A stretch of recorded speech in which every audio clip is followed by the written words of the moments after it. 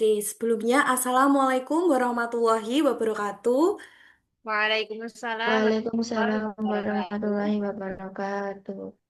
Hello everyone, good morning. Good morning, Miss. Morning. Morning, Miss. How are you today? I'm fine, thank Fine, thank Great. you. How about you. you? I'm fine, thank you. Oke, semua sehat ya hari ini? Alhamdulillah, Good, Miss. Oke, oke. Sebelum masuk ke materi yang akan bisa disampaikan, yang pertama kita berdoa dulu ya, membaca Bismillah bersama-sama. Bismillahirrahmanirrahim. Oke, Bismillahirrahmanirrahim. dari eh, oke, dari PPT yang Miss tampilkan sudah terlihat sinyal aman, aman ya? Sudah. Ya, nanti kalau misal ada kendala langsung bisa ketik di kolom chat aja. Oke, dari tampilan PPT yang Miss Hani jabarkan sudah jelas kita mau membahas apa? Ayo, Udah, Miss. membahas apa? Game edukasi Game edukasi interaktif. interaktif. Oke, ya. Sebelum ke game edukasi interaktif, apakah teman-teman pas di pembelajaran itu pernah nggak sih menjumpai semacam game juga atau kuis mungkin interaktif? Contohnya apa? Misal sudah pernah menggunakan gitu?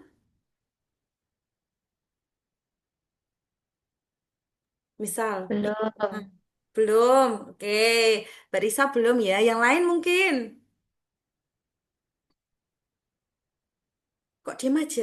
Yang lain, ayo, Mbak Cesa.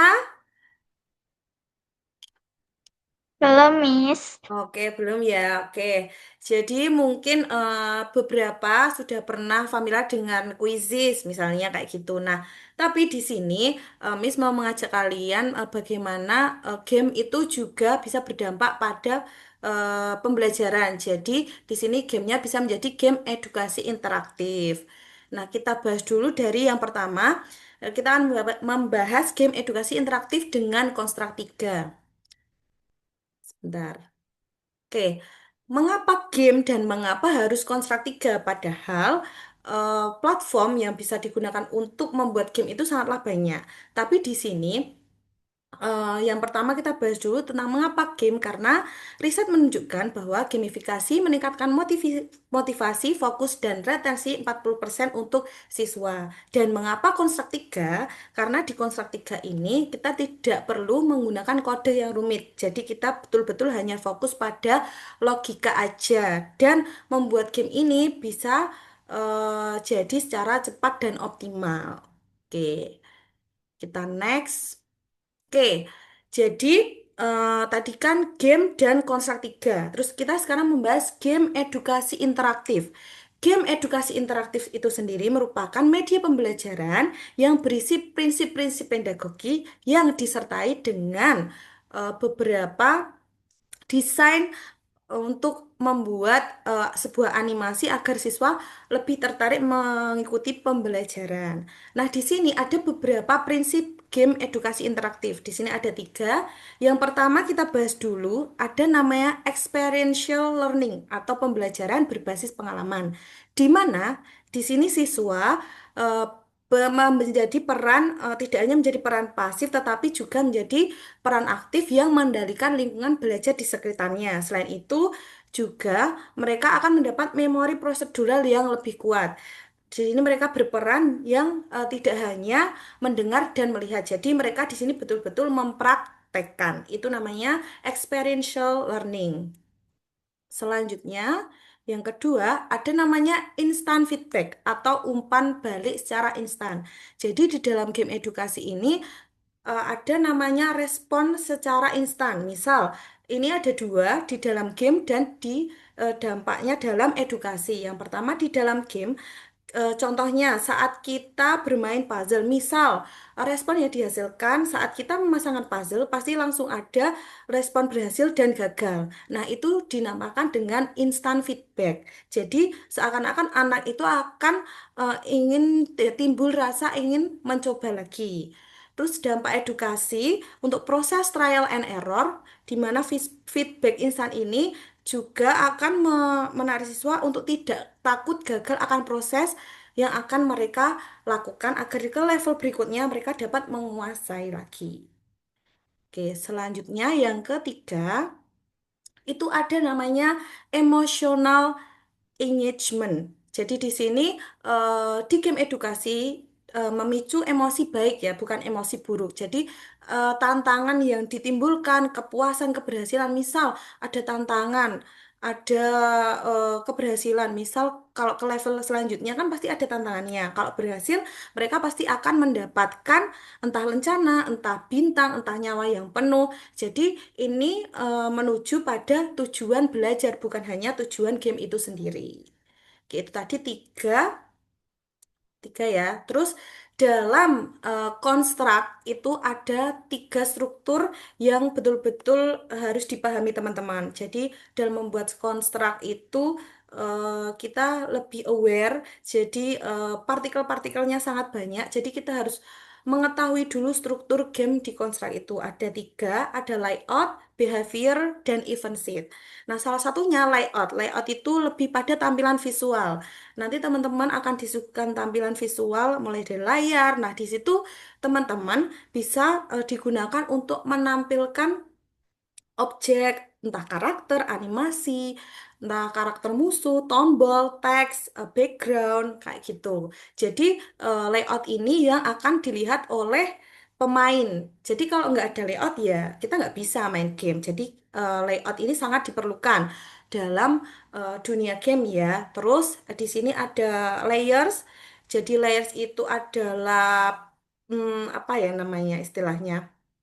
Kayak tumpukan per partnya. Jadi ada layer satu, layer 2, 3. Jadi tidak tumpang tindih dalam satu layer. Jadi kalau misal membuat game itu membutuhkan banyak layer, banyak part. Ya, itu di layout atau tampilan visual. Oke, selanjutnya maaf, ada behaviors atau perilaku objek di sini memungkinkan untuk menambahkan sifat atau perilaku untuk objek. Misal, kita mau bikin puzzle, kita harus mencantumkan behaviors drag and drop, kayak menjodohkan, menyusun. Nah, itu pakainya behavior. Selain yang familiar memang digunakan adalah drag and drop. Selain itu juga ada platform. Misal kalian pengen buat game yang bisa lompat sana, lompat sini. Nah, itu bisa juga pakai behaviors. Nah, ini adalah salah satu contohnya saja, ada drag and drop dan platform. Sebenarnya masih ada banyak lagi, ada light, ada jump, seperti itu. Masih banyak lagi di behaviors. Nanti kalau teman-teman mau belajar dengan konstruk, kalian akan menemukan banyak banget behavior. Jadi behavior di sini itu nggak cuma yang tertera di konstruk. Jadi kita bisa menambahkan dari luar untuk misal kita membutuhkan behavior yang tidak ada di situ, kita bisa menambahkan dari luar.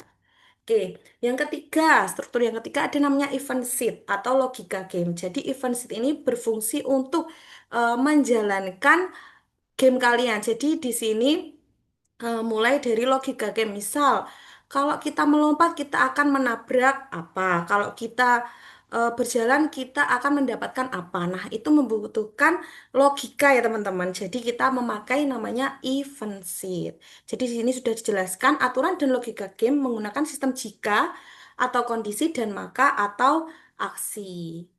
Oke.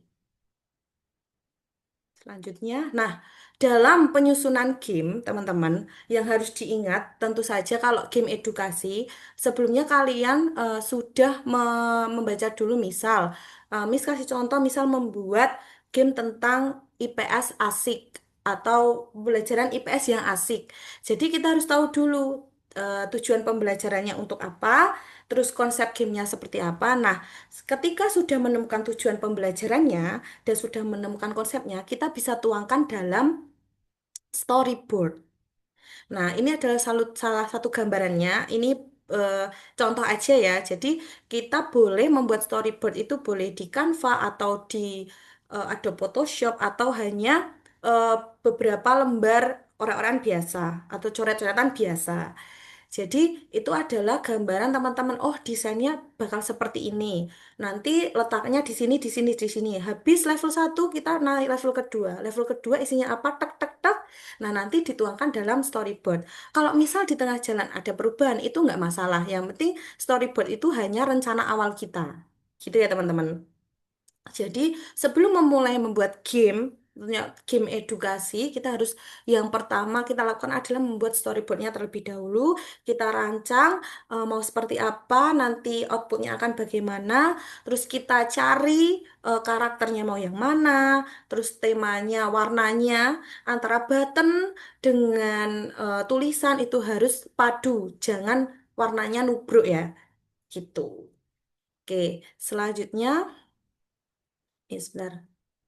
Nah, ini adalah teman-teman tampilan dari laman Konstruk 3. Sebenarnya ini bisa diakses dengan online ya. Kalian bisa kunjungi website Konstruk 3, kalian search aja. Nanti kalian bisa tampil seperti ini. Kita memang harus login dulu.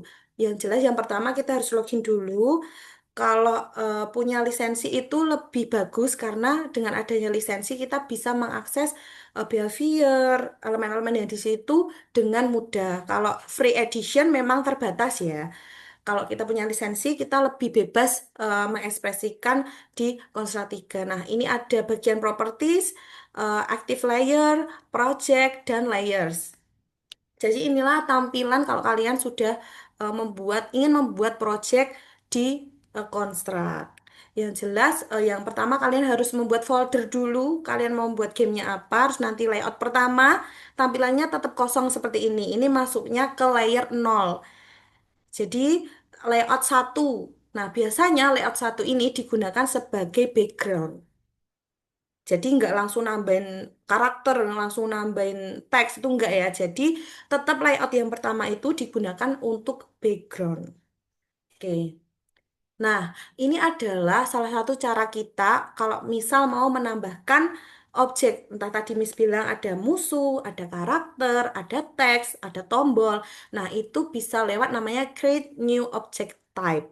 Nah, di sini sprite bisa kelihatan ya. Sprite ini fungsinya untuk menambahkan karakter.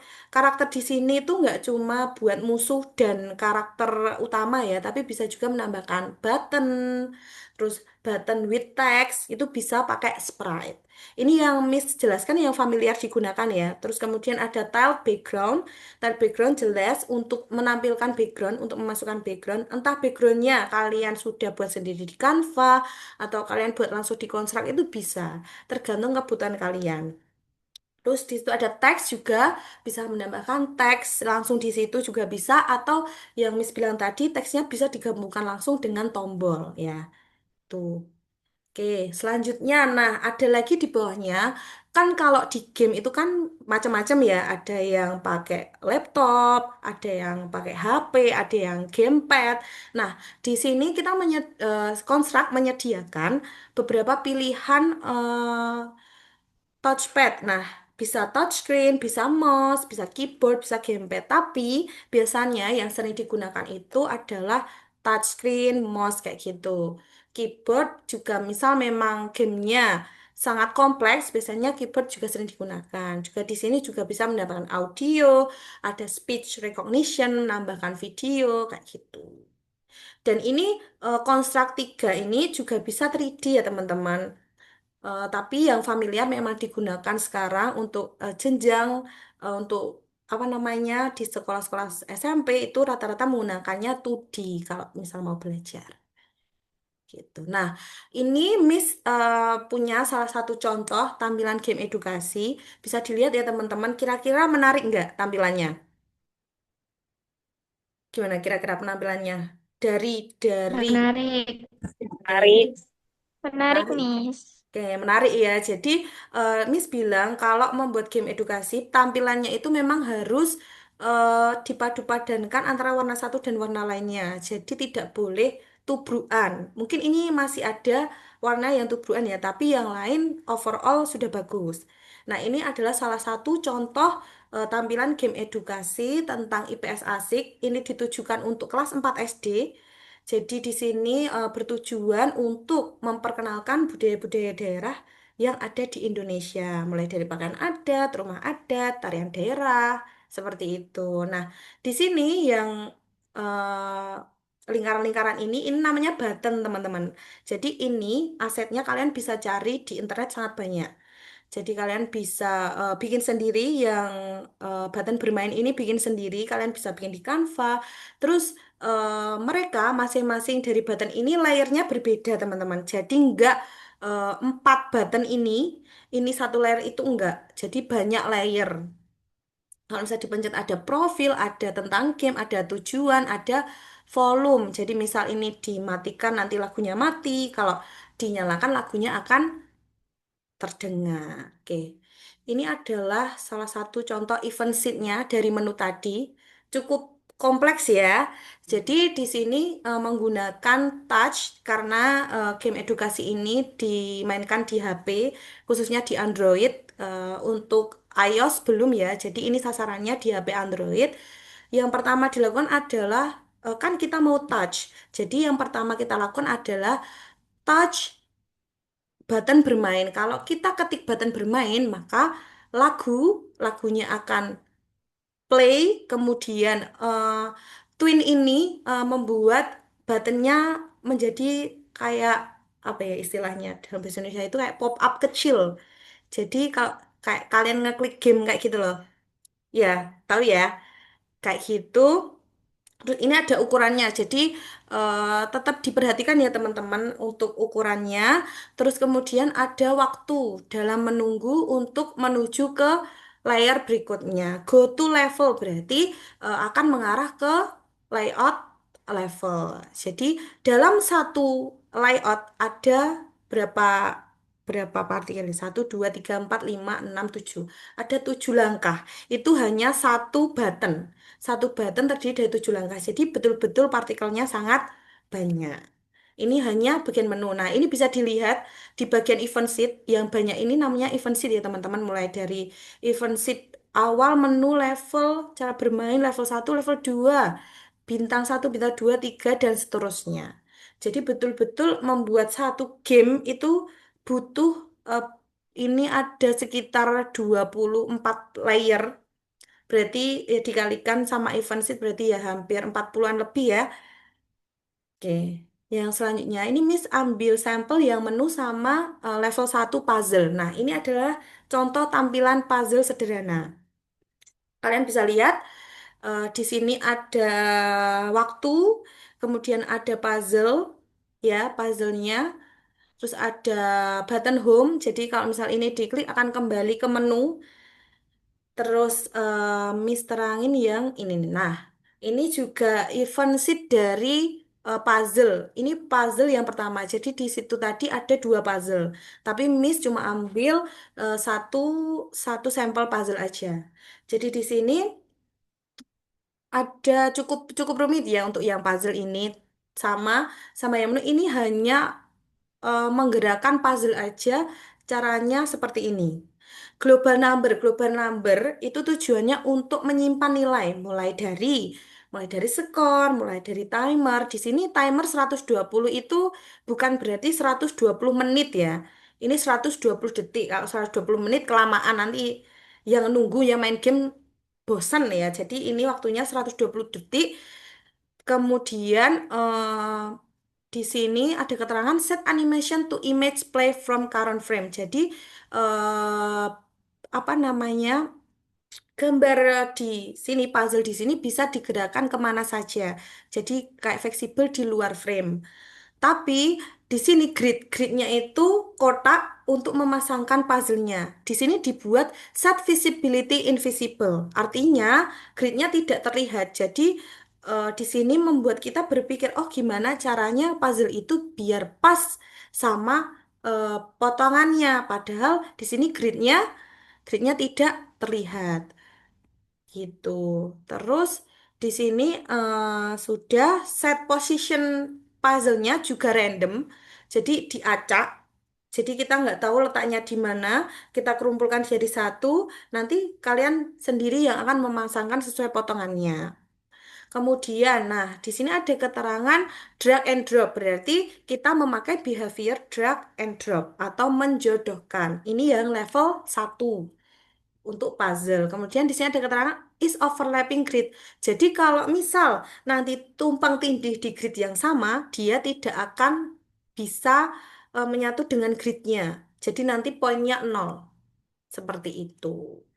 Nah, itulah sekilas beberapa potongan dari contoh game edukasi yang misalnya dapat.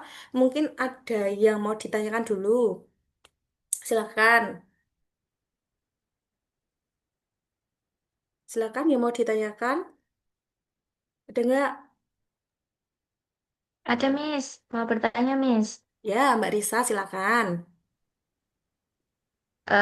Kan biasanya kalau bikin game edukasi itu, apalagi pakai konstruk, itu ada errornya ya. Ada errornya. Nah, kalau bagaimana cara mengatasi error itu, Miss? Kalau ada error-error begitu. Oke, Terima oke, kasih. terima kasih. Oke, Mbak Risa, terima kasih. Jadi kalau di pembuatan game pasti error itu pasti ada. Entah dari animasinya yang bisa jalan, atau event sheet-nya yang kebalik-balik, atau salah memasukkan event sheet itu sering banget terjadi. Nah, solusinya yang pertama, kalau misal di bagian karakter mengalami eh, apa kalau di gamenya nge-lag, biasanya kita cek dulu dari karakternya. Misal karakternya ternyata ukurannya kebesaran, jadi kita bisa resize dulu, kita ulang, kita resize karakternya di image editor. Nah, itu nanti baru kita sesuaikan dengan yang ada di situ. Kemudian kalau nge-lag-nya di gamenya miss, tiba-tiba macet, tiba-tiba harusnya dia, misal kita mau buka game kan ada loadingnya, kita bikin loadingnya. Nah, loadingnya itu nggak mau jalan, kira-kira gimana? Jadi kita bisa cek di bagian debugger. Kan kalau misal mau cek game itu namanya preview. Preview itu langsung tampilan game kayak gini. Kalau debugger itu pasti ketahuan yang nge-lag itu bagian mana nanti di bawahnya ada. Nah, dari situ kita bisa tahu yang error bagian mana, yang buat nge-lag itu apa sih sebenarnya. Kayak gitu solusinya, Mbak Risa. Terima kasih, Miss. Oke, sudah menjawab ya. Mungkin ada yang mau ditanyakan lagi teman-teman. Siapa tahu di sini mau mau coba apa Miss kok bisa kayak gitu gimana Miss? Sudah itu saja, nggak ada lagi. Berarti sudah paham ya. Jadi misal nanti teman-teman kalau diminta membuat game sederhana, game edukasi sederhana yang jelas kalian harus memastikan yang pertama storyboard. Kalian mau buat apa? Dipastikan dulu tujuan gamenya untuk apa. Jadi nggak pengen buat game yang bisa loncat-loncat dapat koin udah dia menang ye nggak kayak gitu, jadi tetap harus punya tujuan. Kalau gamenya nggak ada tujuannya untuk apa-apa, ya yang mau memainkan ya nggak ada yang mau. Jadi teman-teman benar-benar harus memikirkan dulu sebelum membuat game gitu ya. Oke, untuk kita refleksi dulu ya materi hari ini gimana teman-teman, kira-kira menarik nggak materi hari ini? Menarik, Miss. Menarik aja. Bisa eh, bisa Ya, lebih tahu menarik. terkait bagaimana cara membuat game edukasi sendiri. Oke, terus kita juga sudah belajar ya beberapa tadi tampilan event sheet, beberapa tampilan dari contoh game edukasi. Jadi eh, di di kontrak 3 ini, kalau kalian punya ide ingin ingin membuat game edukasi, kalian bisa tuangkan di sini. Misal dari kamu lihat lingkungan sekitar daripada mereka main Roblox, mungkin kalian bisa membuat game semi Roblox tapi tentang pembelajaran. Nah, itu juga bisa dituangkan di kontrak 3. Terus apalagi yang kita dapat hari ini, teman-teman?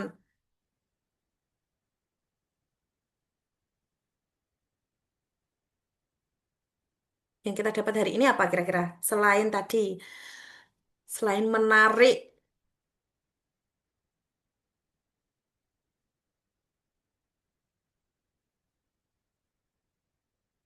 kok diam?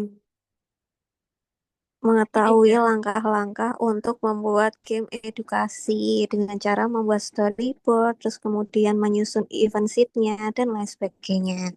Oke, betul Mbak Viva. Oke, jadi banyak ya refleksi hari ini. Alhamdulillah teman-teman, materi hari ini semoga bermanfaat untuk kita ya. Miss harap ke depannya teman-teman betul-betul mau belajar entah membuat game sederhana, entah nanti bakal gamenya bisa laku di pasaran dengan game edukasi yang kalian buat. Insya Allah hari ini walaupun sedikit ya yang disampaikan, tapi insya Allah akan memberikan manfaat untuk kalian semua. Oke, terima kasih teman-teman waktunya, partisipasinya hari ini. Semoga ilmu yang kita dapatkan itu bermanfaat. Miss rasa cukup. Terima kasih. Kita akhiri dengan membaca hamdalah bersama-sama. Alhamdulillah. Alhamdulillah, Rabbil Rabbil Alamin. alamin. Oke. Terima kasih sekali lagi teman-teman. Miss sangat senang hari ini karena kalian betul-betul memperhatikan dan Miss tunggu praktek kalian. Siapa tahu habis ini langsung praktek bikin game apa gitu langsung dikasih Miss Hanin sangat boleh banget. Oke, Miss rasa hari ini cukup. Kita tutup dengan berjasa Alhamdulillah. Wassalamualaikum warahmatullahi wabarakatuh. Waalaikumsalam Waalaikumsalam Waalaikumsalam warahmatullahi warahmatullahi wabarakatuh. wabarakatuh. Terima kasih, Miss. Terima kasih, Oke, Miss. sama-sama. Selamat beristirahat ya.